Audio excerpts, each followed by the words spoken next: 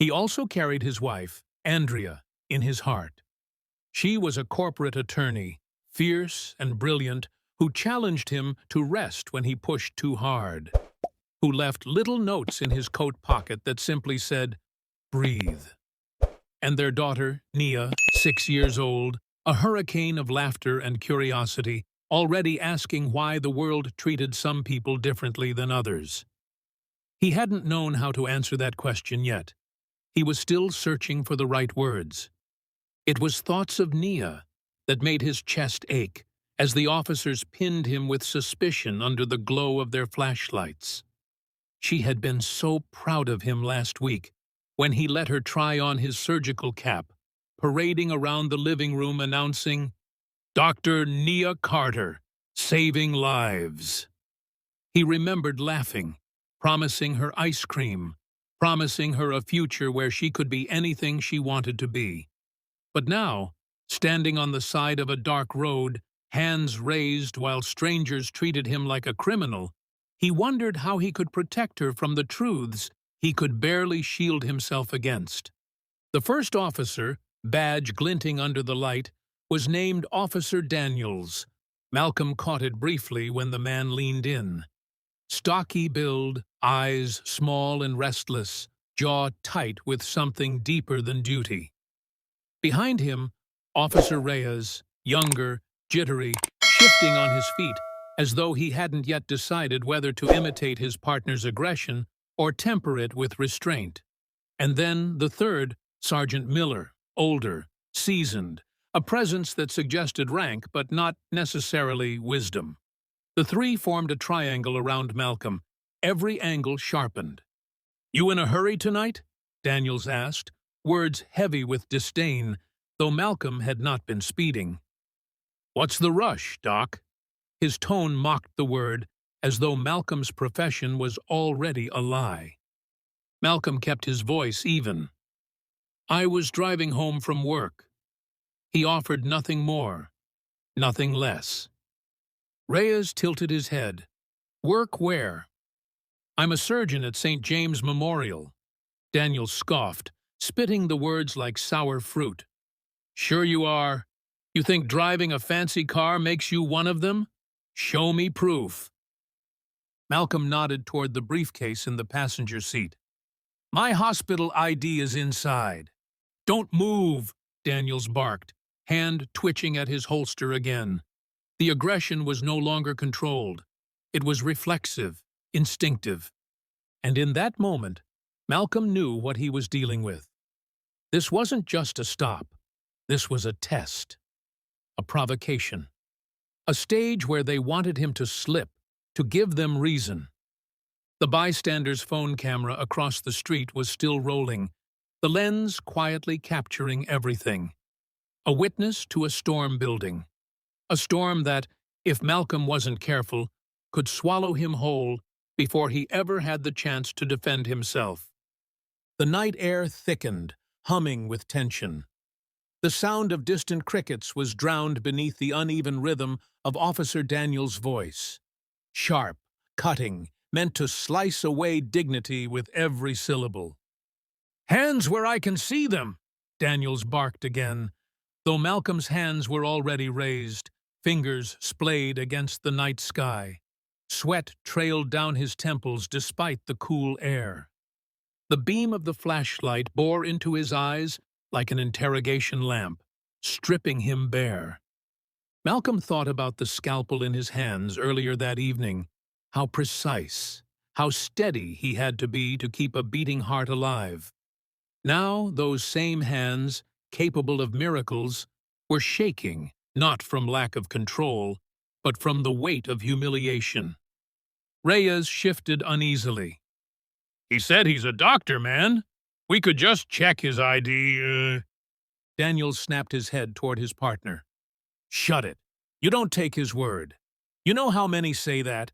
Every thug with a suit claims to be somebody." Sergeant Miller stepped forward then, his face unreadable. He studied Malcolm with cold calculation. "You got ID? Then let's see it. Slowly. Don't try anything stupid." Malcolm exhaled, trying to keep his tone level. My hospital badge is in the case on the passenger seat. If I move, you'll think I'm reaching for something. I don't want this to escalate. For a moment, silence pressed down on them, the kind of silence that made the air vibrate with possibility. "Reyes," Miller ordered, "get the case." Reyes hesitated, then walked to the passenger door. He opened it cautiously, retrieved the leather briefcase, and handed it over. Daniels snatched it with unnecessary force, flipping it open and rifling through the papers with the reckless hands of a man who had no respect for the contents. He pulled out the badge, held it to the light, and read aloud in mocking tones. "Dr. Malcolm Carter, cardiothoracic surgery." He smirked. "Well, isn't that something?" He tossed the badge back into the case, careless, as though it were worthless. Then his eyes narrowed. "Nice little setup you got here, but a fancy badge and car don't mean you ain't hiding something." "Search him," Miller ordered flatly. Reyes froze. "Sarge, we—" "Do it." Malcolm's jaw tightened. "I've cooperated. There's no reason." But Daniels was already moving, closing the gap, shoving Malcolm against the hood of his own car with a force that knocked the air from his lungs. Metal bit into his chest. His palms pressed down so hard on the surface that his skin burned. "Spread your legs!" Daniels barked, kicking Malcolm's ankles apart. The humiliation seared deeper than the physical force. He thought of Nia's voice again. "Dr. Carter, saving lives!" And now here he was, pinned like a criminal, stripped of every ounce of respect. Reyes patted him down reluctantly, finding nothing but car keys and a phone. "He's clean," he muttered. Daniels wasn't satisfied. He pressed Malcolm harder against the hood, his lips close to his ear. "You think you're above us? Driving around here like you own the night?" Malcolm wanted to scream, to push back, to shout that his very existence had been earned tenfold. But he stayed silent, because silence was survival. A sound cut through the tension, the sharp crack of a soda can opening. From across the street, the bystander filming shifted position, the faint fizz echoing in the quiet neighborhood. Daniels's head snapped up, eyes locking on the man with the phone. "You, stop filming!" he shouted. The man didn't flinch. He held the phone higher. "Public street, my right." For the first time, fear flickered in Daniels's expression. Miller turned too, his jaw tightening. The presence of an audience changed things. It turned their control into exposure. "Let's wrap this," Miller muttered under his breath. But Daniels wasn't done. Rage clouded his judgment now, the humiliation of being watched fueling his aggression. He pulled a pocket knife from his belt, not regulation but personal, and flicked it open with a click that echoed like a gunshot. Reyes's eyes widened. "What the hell are you doing?" Daniels pressed the blade lightly against Malcolm's side, enough for him to feel the cold steel through his shirt. "Let's see how calm the doctor stays when he knows what's on the line." The world narrowed. Malcolm felt the edge of the knife, the tremor in Daniels's hand, the smell of sweat and leather thick in the air. Time seemed to slow, each heartbeat thudding in his chest like a drum. Somewhere deep inside, something snapped. Not fear, not yet, but a line, a boundary he could no longer allow to be crossed. His mind, trained to act in split-second decisions that saved lives, shifted gears. Calculation replaced panic. If he stayed passive, Daniels would push further. If he resisted recklessly, he could die. But there was a narrow space between, a razor's edge just wide enough for survival. Malcolm inhaled slowly, centering himself as though preparing for surgery. His muscles loosened, then tightened again with quiet purpose. His mind whispered one truth: Control the moment, or the moment will control you.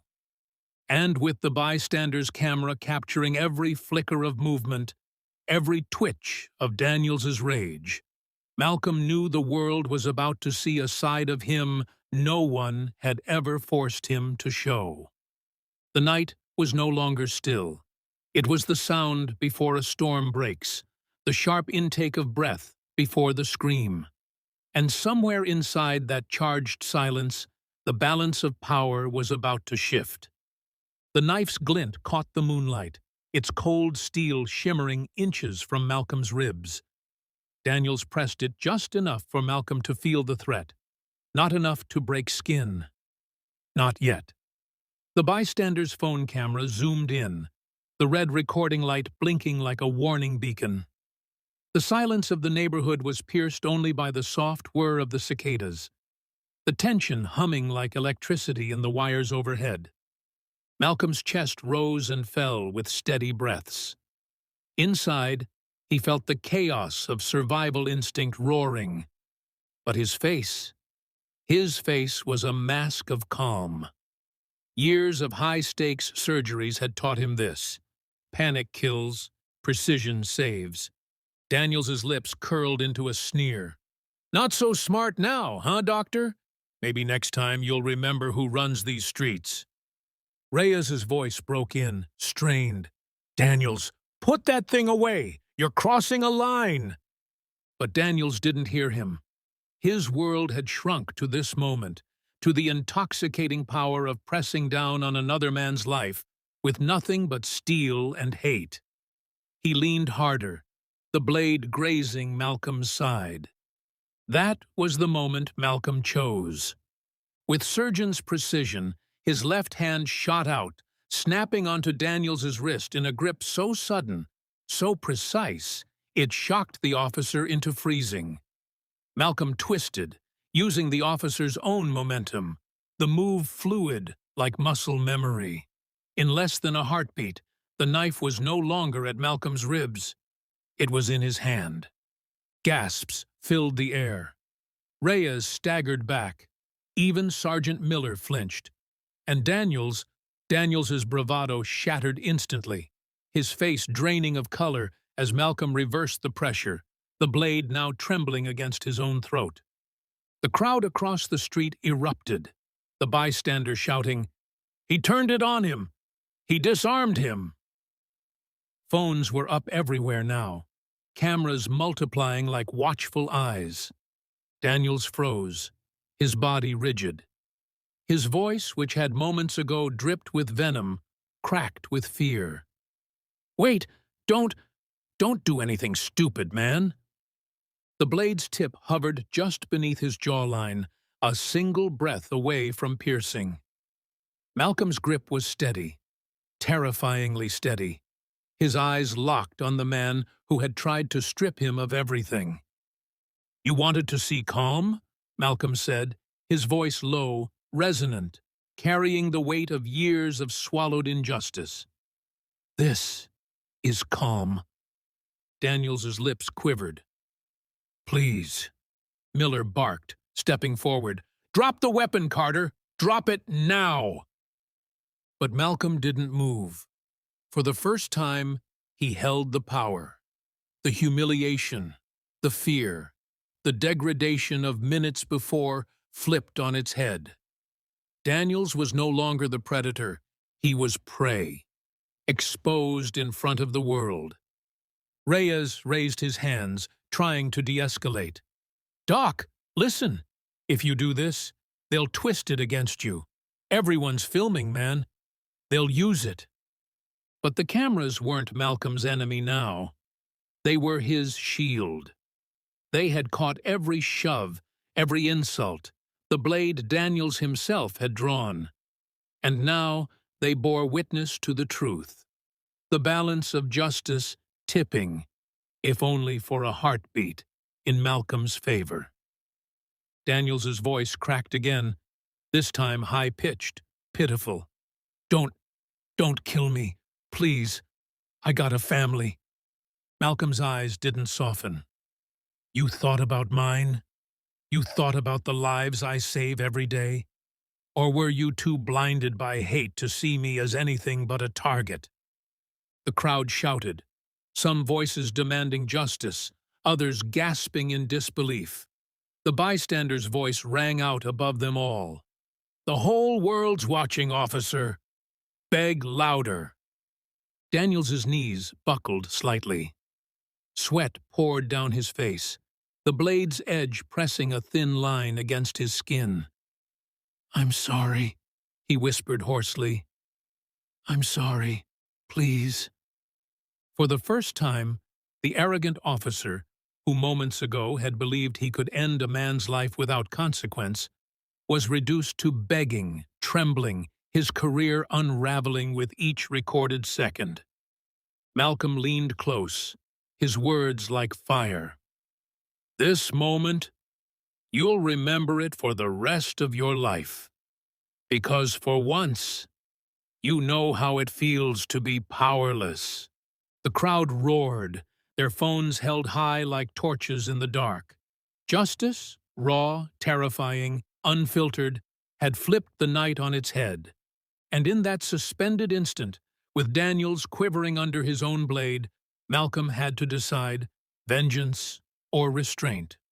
One choice would end the cop's life. The other would end his career. The world held its breath, waiting for which justice Malcolm would choose. The street was a theater of silence, broken only by the ragged breaths of Officer Daniels, whose entire body trembled against the blade of his own knife. His uniform, once a symbol of authority, now looked like a costume hanging loose on a man stripped of all power. Sweat dripped from his brow, staining the fabric. Malcolm's grip didn't waver. His eyes were steady, unflinching, though deep inside his chest, his heart hammered with the weight of 1,000 choices. Around him, the world was frozen in suspended disbelief. The red blinking lights of recording phones, the chorus of whispers, the quickened breaths of witnesses who knew they were standing at the center of history. Then Malcolm exhaled. Slowly, deliberately, he lowered the knife, peeling it away from Daniels's throat. His voice cut through the night, calm, but sharp enough to slice through Daniels's trembling. "You don't deserve to bleed by my hand," Malcolm said, his tone like stone against glass. "Because if I cross that line, you win. And I refuse to let hate make me like you." Daniels stumbled backward, collapsing against the squad car as though his knees had finally surrendered. He looked small, pitiful, the power he once wielded vanishing like smoke in the wind. His eyes darted toward the phones pointed at him, the proof that his mask had shattered. Malcolm dropped the knife onto the concrete with a metallic clang. The sound rang out like a gavel striking in a courtroom. Final and absolute. Sergeant Miller stepped forward cautiously, his voice softer now, tinged with something almost like respect. "Dr. Carter, step back. We've all seen enough." The bystanders erupted, some in cheers, some in angry shouts, but all with their cameras still raised, immortalizing the moment. "We got it all!" one man yelled. "The whole damn world's gonna see what really happened tonight." Malcolm's chest heaved, adrenaline still coursing, but he stood tall. For once, he didn't shrink under the weight of accusation or threat. He met Miller's gaze head-on. "I'm not the criminal here. Remember that when you file your reports." Reyes, shaken but honest, nodded slowly. "He's right. Daniels went too far. We all saw it." Daniels muttered, barely audible, "Please, don't ruin me." His voice cracked with desperation, but the crowd answered with bitter laughter. "You did that yourself!" someone shouted back. Within hours, the footage hit the internet. By dawn, millions had seen it. The officer's cruelty, the humiliation, the reversal. Hashtags blazed across screens. Justice for Carter. Hash disarmed by truth. End police abuse. News anchors replayed the moment Malcolm turned the blade, pausing on the look in Daniels's eyes, not of power, but of fear. Commentators debated, activists rallied, and politicians scrambled to respond. But none of that mattered more than what Malcolm felt when he finally walked through the front door of his home at sunrise. His wife, Elena, was waiting with tear-streaked cheeks, their young daughter asleep in her arms. Malcolm bent down, kissed them both, and for the first time that night, let himself crumble.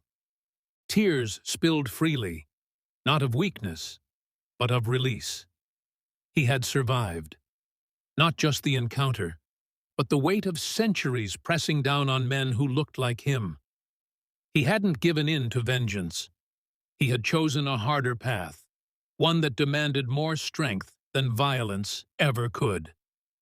Weeks later, Daniels was stripped of his badge, his name forever tied to the footage that revealed his hate. He would never again wield the power of a uniform. Malcolm, however, became more than a doctor that night. He became a symbol. His face appeared on protest posters, his words quoted in speeches, his courage replayed endlessly as proof that calm and truth could turn fear into power. But late at night, when the house was quiet, Malcolm still heard the metallic clang of the knife hitting the pavement, still felt the tremor in Daniels's throat beneath his hand. He knew the fight wasn't over. Not for him, not for anyone. And so he carried that night not as a wound, but as armor. Because the real question wasn't what one man chose in a moment of terror. The real question was for the rest of us. When hate corners us, when injustice presses its blade to our throat, what will we choose? The story fades, but the question lingers, echoing louder than the cheers, louder than the cries, louder than the silence that followed. Will we let hate define us? Or will we stand, calm, unbroken, and unafraid? The red and blue strobe lights painted streaks across the empty highway like a predator's eyes in the dark. Tires crunched over gravel as the police cruiser swung sharply behind a black Tesla gliding to the shoulder. Inside, the hum of silence broke with a shallow exhale. Dr. Malcolm Carter's hands tightened on the wheel, his chest rising and falling with a mix of discipline and dread. He had been here before, too many times. But something about this stop felt different. The cop's approach wasn't just routine. The footsteps striking the asphalt sounded fast, aggressive, already laced with hostility. The officer's flashlight beam cut across Malcolm's face, blinding, almost burning. "License and registration," the voice barked. Not a request, not even a demand, but an accusation already delivered. Malcolm, calm but wary, moved slowly, narrating every motion like he had been taught by survival itself. "My license is in my wallet. My registration's in the glove compartment. I'm reaching slowly." He enunciated each word, clear, respectful, non-threatening. But the officer didn't hear words. He heard defiance. "Don't get smart with me," the man snapped, pressing his hand against his holster as though Malcolm's voice itself was dangerous. Malcolm froze, both hands raised, open palms against the steering wheel. His heart thudded once, heavy, before returning to its measured rhythm. He was used to control, in the operating room, in his classroom, in his own life. But here, control was a fragile illusion, hanging by the trigger of a stranger's suspicion. Behind him, another cruiser arrived, sirens cutting abruptly as two more officers stepped into the night. Their radios crackled. A third beam of light joined the first, all converging on Malcolm's car like stage spotlights in a grim play. "Step out of the vehicle," the first cop ordered, voice sharp, impatient. Malcolm swallowed, his Adam's apple rising and falling. He knew compliance could still be twisted, and resistance, even silence, could be fatal. Still, he unbuckled slowly, every motion deliberate. The night air hit him cold. The officers closed in, their posture predatory. One muttered to the other, loud enough for him to hear, "Nice car for someone like him. Bet it's stolen." A bitter heat flared inside Malcolm's chest, but he pressed it down, tamped it like a surgeon sealing a wound. He said nothing. He stood, back straight, as hands pushed against him, as gloves frisked his body, as they treated his silence like evidence. A camera phone flickered to life across the street. A bystander. A witness. The cops noticed, tension spiking instantly. One of them muttered, "Turn that off." But the bystander didn't. They kept filming. In the glare of headlights, in the cold wash of phone screens, in the echo of injustice thickening the night, Dr. Malcolm Carter's life teetered on the edge of exposure, not just of his own identity, but of theirs. And what none of them knew yet, not the cops, not the bystanders, not even Malcolm himself, was that this night would end with a reversal so brutal, so undeniable, that the badge would beg before the truth. By day, Malcolm Carter was a man who commanded rooms without ever needing to raise his voice. He wore his authority not on his sleeve, but in the certainty of his hands, in the calm of his eyes, in the reputation that followed him like a second skin. At 38, he was one of the youngest heads of cardiothoracic surgery at St. James Memorial, a teaching hospital known across the state. His students called him relentless. His patients called him a savior. To him, the work was simply life. Complicated, fragile, miraculous life, laid open on a table beneath the sterile lights of an operating room. Yet outside those walls, in the streets, under flashing sirens, none of that mattered. His white coat was invisible here. His Ivy League degrees, his awards, the lives he saved, none of them spoke louder than the color of his skin. He knew it too well, because it wasn't the first time he had been stopped, questioned, doubted, humiliated. But tonight felt sharper, closer to something unhinged.